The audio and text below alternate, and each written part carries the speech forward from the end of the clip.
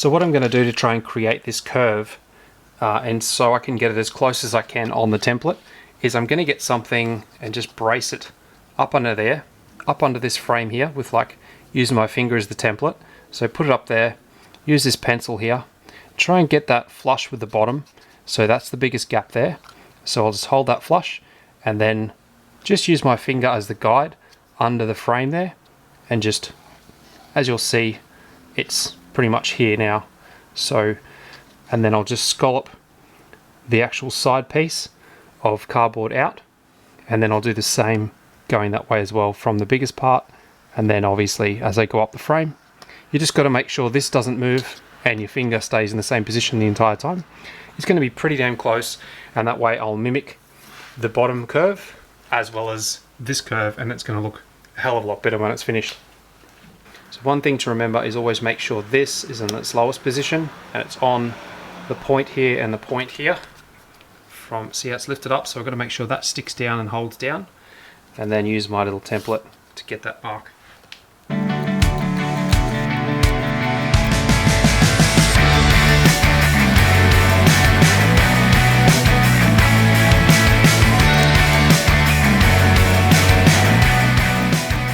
So hopefully here you can see what I mean about just following that line. Just makes it so much more pleasing to the eye than if you would just have a box which would come straight down there and straight across, and it would just stick out the bottom. It wouldn't look bad, but it would just look out of place a little bit. So that just now follows the line, and everything else hopefully will still fit in that tray just by having that slight little curve. It should be okay.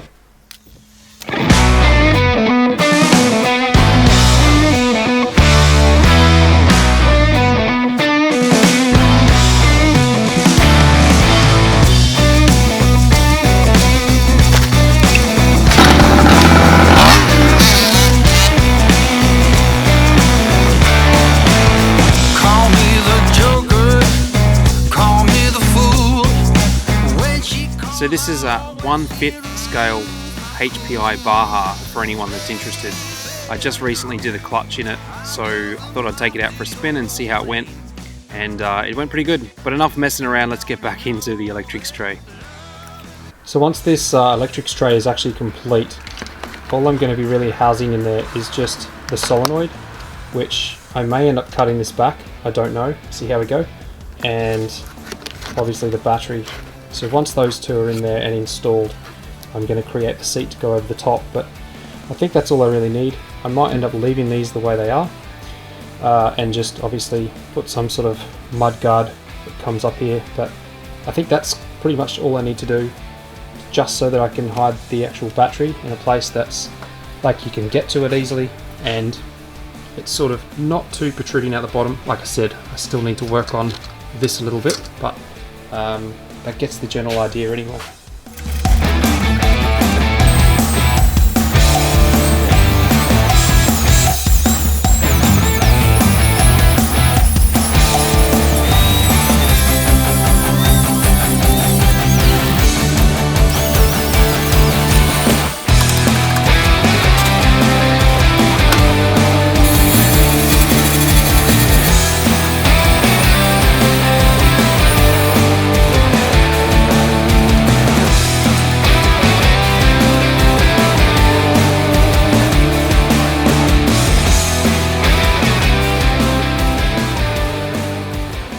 So I do need to undo quite a bit of this loom to try and figure out where things are going to run, but it doesn't look like I have to do too much in the way of lengthening wires, apart from I will need to shorten a few, but I don't think I need to make any longer yet.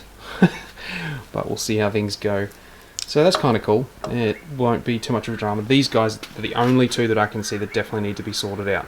That's obviously the earth, and this is obviously the power that goes to the starter motor. So those two there need to go up to the solenoid. Well, sorry, that one needs to go to the battery, and this one needs to go to the solenoid.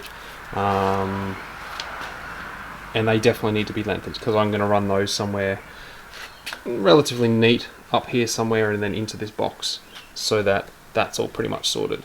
Mounting the actual electrics tray or box, whatever you want to call it, is something that I'm still working on. I haven't decided that yet. I will create it, and then I'll try and figure out how the best way is to actually mount it. At the moment it's just in cardboard, just to try and create that size that I need to figure out if I can get everything in there, which looks like I will be able to.